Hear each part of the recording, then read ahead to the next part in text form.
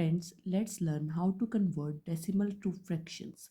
While you are converting decimal to fractions, you will see that how many digits you have in the decimal places. As we have one digit in the decimal places, so our denominator will be 10.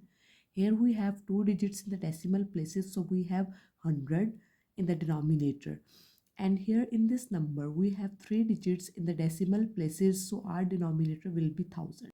Let's convert the decimals to fraction. While converting it, write down the number as it is without point. That will be the numerator. As we have one digit after the decimal places, 10 will be the denominator.